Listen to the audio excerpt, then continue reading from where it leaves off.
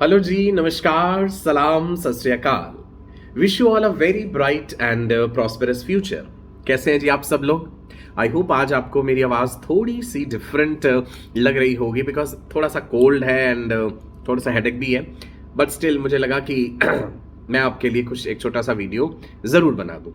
You must know series का एक नया एपिसोड लेकर के मैं आपके सामने हूँ। एनिमल किंगडम कंप्लीट मैंने आपके साथ डिस्कस कर दिया है। इसके अलावा एनिमल टिश्यूज भी मैं आपके साथ डिस्कस कर चुका हूं।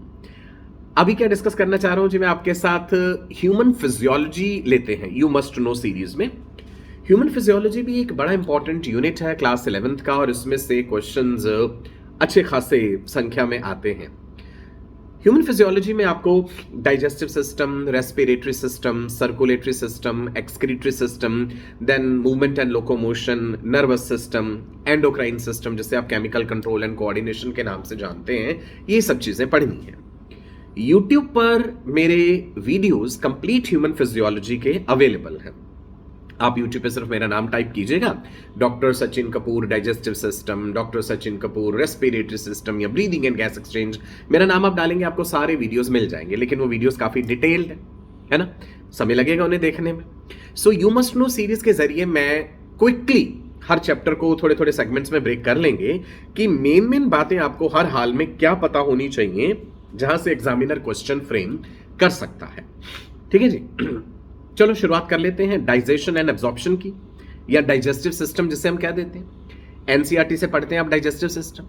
ज़्यादातर चीज़ें तो इजी हैं, आसान है। एंड में आकर के थोड़ी सी मुश्किल हो जाती है बच्चों को, जहाँ पे मैकेनिज्म ऑफ एब्जॉर्प्शन दिया हुआ है कि भाई ग्लूकोज, फ्रक्टोज, गैलेक्टोज कैसे एब्जॉर्ब होते हैं, अमीनो एसिड्स कैसे एब्जॉर्ब होते हैं, स्टमक में कोई चीज़ एब्जॉर्ब होती है या नहीं होती, मैक्सिमम एब्जॉर्प्शन कहाँ है। ये थोड़ा सा एक टेक्निकल हिस्सा आ जाता है जहाँ पे बच्चे अक्सर गड़बड़ कर जाते हैं। आप चिंता मत कीजिएगा, मैं ये भी एक्सप्लेन करूंगा आपको। तो डाइजेशन एंड एब्जॉर्प्शन पढ़ते समय पहले हम चैप्टर को मेन दो भागों में बांट लेते हैं।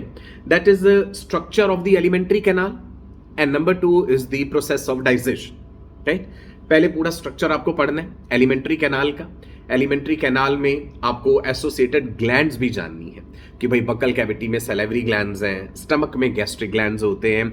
इसके अलावा लिवर के बारे में जानना है, पेनक्रियाज के बारे में, गॉल ब्लैडर के बारे में। राइट, ये जो डाइजेस्टिव ग्लैंड्स हैं ये भी इंपॉर्टेंट है। स्ट्रक्चर की अगर हम बात करते हैं बेटा, एलिमेंट्री कैनाल में सबसे पहले आ जाता है बकोफेरिंजियल कैविटी। बकोफेरिंजियल कैविटी में बकल कैविटी और फेरिंग्स है। फेरिंग्स मतलब गला या थ्रोट जिसे हम कह देते हैं। फेरिंग्स कॉमन पैसेज हो जाता है फॉर फूड एंड एयर के लिए। फेरिंग्स के भी 3 हिस्से हैं, नेजोफेरिंग्स, ओरोफेरिंग्स, लेरिंजोफेरिंग्स। फेरिंग्स के बाद आपको ईसोफेगस के बारे में पता होना चाहिए। ईसोफेगस के बाद स्टमक, स्टमक के बाद small intestine, then large intestine. Buccal cavity का अगर मैं जिक्र करूं, बकल कैविटी की जो रूफ है, ऊपर की तरफ जो रूफ है, छत है, तालू जिसे हम हिंदी में कह देते हैं ना, that is formed by palate. Palate का आगे का हिस्सा हार्ड पैलेट है। अपनी जुबान से ऐसे ऊपर टच करके देखो, है ना, ये जो बोन ऊपर टच हो रही है दैट इज हार्ड पैलेट।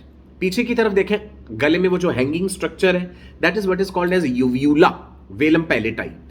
यूव्यूला का काम होता है जब आप खाना निगलते हैं, स्वेलो करते हैं, तो फूड जो है ऊपर की तरफ नेजोफेरिंक्स में ना जाए। So uvula closes the internal nostrils when you are swallowing the food. Uvula के फंक्शन में और एपिग्लॉटिस के फंक्शन में कंफ्यूज मत होना, ये बात ध्यान रखिएगा, इंपॉर्टेंट है ना। एपिग्लॉटिस अलग चीज है, यूव्यूला अलग चीज है। सो पैलेट के बारे में जान लीजिएगा। पैलेट में आगे की तरफ टंग से फील कीजिए, ऐसे मस्कुलर रिजेस नजर आते हैं ना ऊबड़ खाबड़ से, ये यहां पे टंग से जो हम फील कर रहे हैं, they are called palatine rugae. Palatine rugae humans में इतने डेवलप नहीं है, कार्निवोरस जानवरों में ज्यादा डेवलप होते हैं फूड को होल्ड करके रखने के लिए, पकड़ने के लिए। बकल कैविटी की साइडों की बात करें तो यहां पे टीथ है, दांत है। अपर जॉ है हमारे पास, लोअर जॉ है, दोनों में दांत होते हैं। मैमल्स में, बिकॉज वी आर मैमल्स, है ना, हेट्रोडोंट डेंटिशन है। हेट्रोडोंट मतलब अलग अलग तरह के दांत हैं। इंसीजर्स है, कैनाइन्स हैं, प्री मोलर्स हैं, मोलर्स। हेट्रोडोंट डेंटिशन कहते हैं इसे। मैमल्स के दांत जो होते हैं वो थीकोडोंट है। थीकोडोंट का मतलब होता है they are embedded in the jaw sockets, jaw के सॉकेट्स में धसे हुए होते हैं, मजबूत दांत है। क्रोकोडाइल्स में भी थीकोडोंट डेंटिशन होता है। मैमल्स का इंपॉर्टेंट फीचर भाई हेट्रोडोंट डेंटिशन है मेजॉरिटी ऑफ द मैमल्स में। कई मैमल्स ऐसे नहीं जिनमें आइसोडोंट या होमोडोंट डेंटिशन होती है कि भाई सेम तरह के दांत होते हैं, जैसे देयर आर सर्टन वेल्स।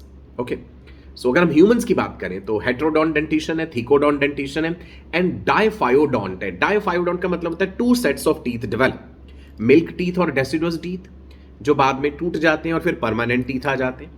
एक बच्चा जब पैदा होता है तब उसके मुंह में दांत नहीं होते, ये बात आप जानते हैं, है ना। जब बच्चा 6 महीने का होता है तो दांत आने शुरू हो जाते हैं। इंसीजर्स पहले टीथ हैं जो आते हैं, उसके बाद फिर कैनाइन्स, मोलर्स। बच्चों में प्री मोलर्स नहीं होते। Premolars are absent in children, molars are present at the place of premolars. तो 6 महीने की उम्र पे दांत आने शुरू होते हैं और जब बच्चा लगभग 2-2.5 साल का हो जाता है तो उसका मिल्क डेंटिशन जो है वो कंप्लीट हो जाता है। 6 साल की उम्र पे दांत टूटने शुरू होते हैं 1 by 1 और फिर they are replaced by permanent teeth. 12 साल की उम्र तक आते आते परमानेंट टीथ आपके आ जाते हैं। परमानेंट टीथ अगर टूट जाएं तो फिर वो दोबारा नहीं आएंगे, तो ये आपको ध्यान रखना है इस चीज का। दांतों की सडन कैविटीज या डेंटल कैरीज जो है वो पूरी दुनिया में फैली हुई सबसे ज्यादा जो कहे ना फैली हुई बीमारी है दांतों की सडन जो है, ठीक है। ये इंपॉर्टेंट है, इसलिए रात को सोने से पहले आपको ब्रश जरूर करना चाहिए, क्योंकि माइक्रोस्कोपिक फूड पार्टिकल्स जो मुंह में रह जाते हैं, बैक्टीरिया उनके ऊपर एक्ट करते हैं, एसिड्स बनाते हैं। एसिड हमारे दांतों का इनेमल जो है इरोड कर देते हैं, तोड़ देते हैं, छेद कर देते हैं उसे, ऐसा समझ लीजिए। Enamel is the hardest substance in the body, ये बात भी आपको ध्यान रखनी है। इनेमल हार्डेस्ट सब्सटेंस होता है। डेंटल फॉर्मूला याद रखिएगा। Dental formula is an equation which is used to represent number and type of teeth in each half of both jaws, upper jaw का half, lower jaw का half, वो dental formula होता है। humans में 2 1 2 3 by 2 1 2 3, right. Total हम कहते हैं 32 दांत होते हैं, 16 ऊपर और 16 नीचे। छोटे बच्चों के केस में ध्यान रखिएगा 20 दांत होते हैं। 12 दांत ऐसे हैं, 8 प्री मोलर्स और 4 मोलर्स, जो जीवन में एक बार ही आते हैं। मोनोफायोडॉन्ट डेंटिशन जो कहते हैं ना, प्री मोलर्स जो है बच्चों में नहीं है। Molars are present at the place of premolars. Last वाला मोलर जो है विजडम टूथ कहलाता है ना। अकलजाड़ या अकलदाड़ भी जैसे बोल देते हैं। 18 साल की उम्र तक ये आ जाता है, पर जरूरी नहीं है कि सभी लोगों में आए, कई लोगों में नहीं भी होता। जरूरी नहीं है वो जो 3rd मोलर है विजडम टूथ, जिसे हम वेस्टिजियल भी कह देते हैं, वो सब लोगों में हो, ये जरूरी नहीं होता। सो दांतों का काम है खाने को चबाना अच्छे से। इंसीजर जो है वो किसके लिए? कटिंग एंड बाइटिंग के लिए। कैनाइन्स जो है पियर्सिंग, ऑफेंस एंड डिफेंस के लिए। प्री मोलर्स एंड मोलर्स जो है इनको चीक टीथ कहते हैं, खाने को चबाने के लिए। बकल कैविटी में हम खाना चबाते हैं जी। फूड जब मिक्सअप हो जाता है सलाइवा के साथ, च्यूड फूड प्लस सलाइवा, तो उसको बोलस कहते हैं, BOLUS, ध्यान रखिएगा, बोलस। बकल कैविटी में सलाइवा भी रिलीज हो रहा है सलाइवरी ग्लैंड्स के द्वारा। अगले सेशन में आपको 3 पेयर्स जो है सलाइवरी ग्लैंड्स के उनके बारे में बताऊंगा।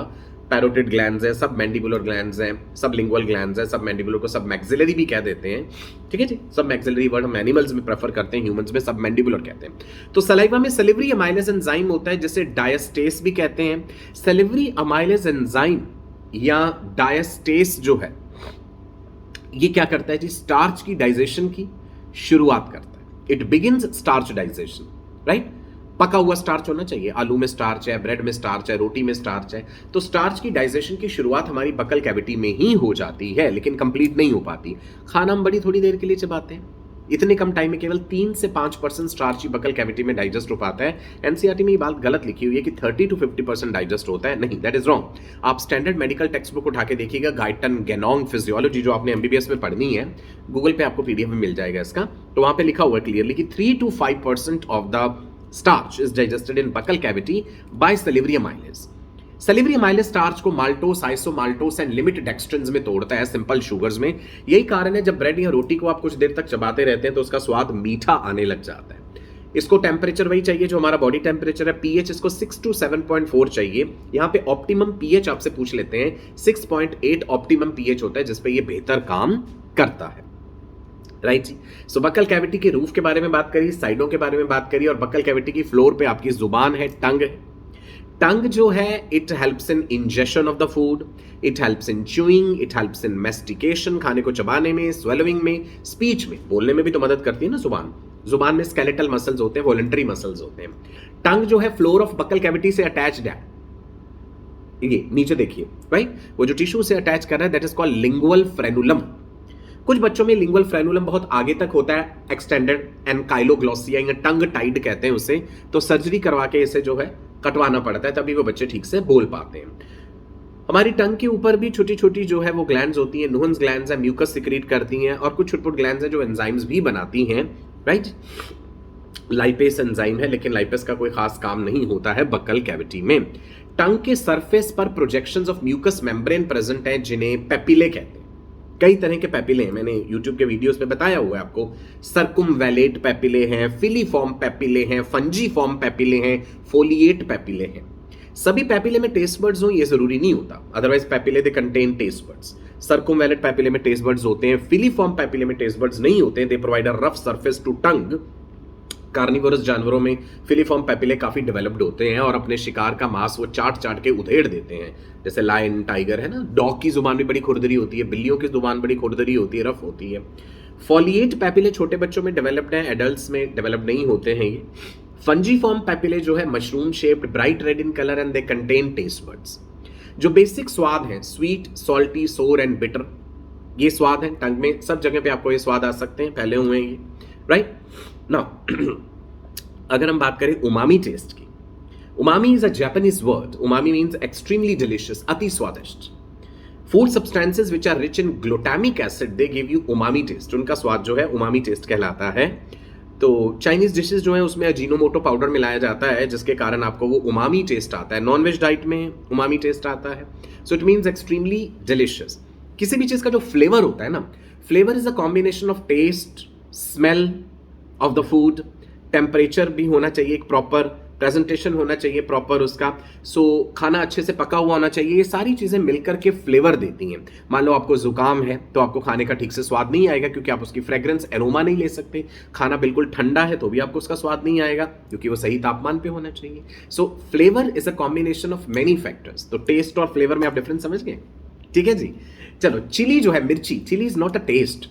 Chillies they produce a burning sensation, they stimulate your pain receptors। Chillies में वो जो है काबिलियत है कि पेन रिसेप्टर्स को स्टिमुलेट कर देती है। बकल कैविटी के बारे में आप इतना जानिए, अगले सेशन में मैं आपको बताऊंगा ईसोफेगस, स्टमक, इनके बारे में। सो मोटी मोटी बातें थी ये, कभी भी बैठे बैठे आप ये वीडियो सुन सकते हैं मेरा। लाइक और शेयर जरूर कीजिएगा बेटा, ठीक है जी। एंड वीडियो का डिस्क्रिप्शन जरूर देख लीजिएगा। आप मेरे साथ व्हाट्सएप ग्रुप्स पे, टेलीग्राम पे, इंस्टाग्राम पे जुड़ सकते हैं। मेरे द्वारा लिखी गई जो मॉक टेस्ट पेपर्स की किताब है, अगर आप बेहतरीन रैंक चाहते हैं नीट में, आप वो बुक खरीद सकते हैं, जिसमें बहुत ही बढ़िया मॉक टेस्ट पेपर्स हैं नीट के लिए। मल्टीपल चॉइस क्वेश्चंस हैं जो आप प्रैक्टिस कर सकते हैं, जो टॉपर स्टूडेंट्स ने प्रैक्टिस करें और आज वो एक बेहतरीन मुकाम पे है, ठीक है। चैनल सब्सक्राइब जरूर कर लीजिएगा। मैं आपका अपना डॉक्टर सचिन कपूर अब आपसे विदा लेता हूं, आपको नमस्कार कहता हूं। God bless you all, wish you all a very bright and prosperous future. जीवन में कुछ पाने के लिए बहुत कुछ खोना पड़ता है, मेहनत जरूर कीजिए, सच्चे दिल से मेहनत कीजिए और किसी से कोई गिला शिकवा मत रखिए, ठीक है। नमस्कार, बाय बाय, खुश रहिए, spread love, peace and positivity.